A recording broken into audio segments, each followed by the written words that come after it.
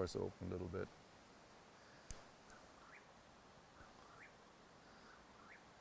Little highlights shine through there in the sun,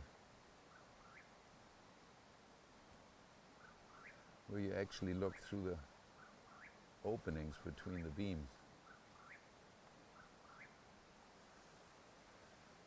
That building isn't all that solid anymore.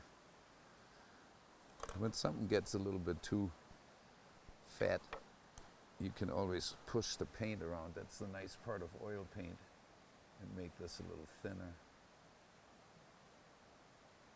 There. Now I want to indicate this tricky little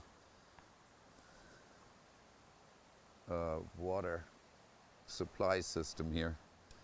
It comes along in a hollowed out trough. Should make it a little lighter so people can see it.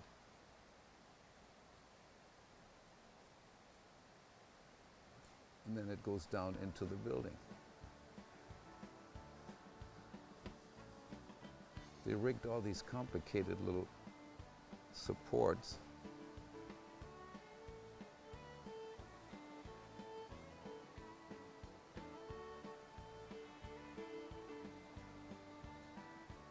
Okay.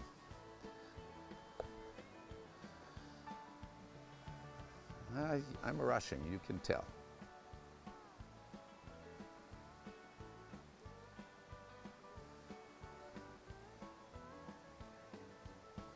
Okay. The brush I used for the darks is going to come in handy again. Burnt umber, ultramarine, little violet.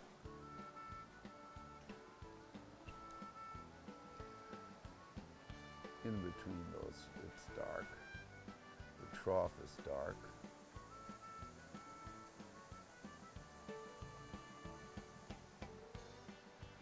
I just like to catch the essence of what they did when they built these things.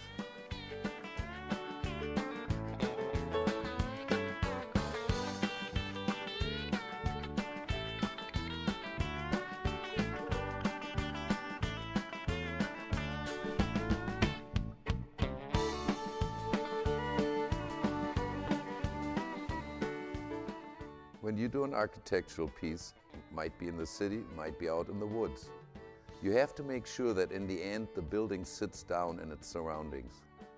In this case, I had grasses to work with and bushes to overlap the bottom edges of the structure.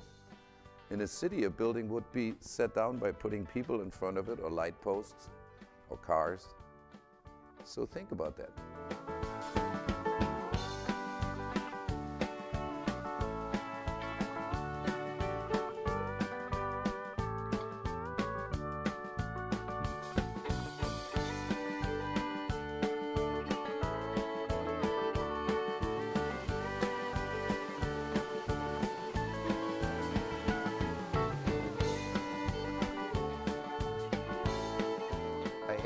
Started blocking in some of the rocks.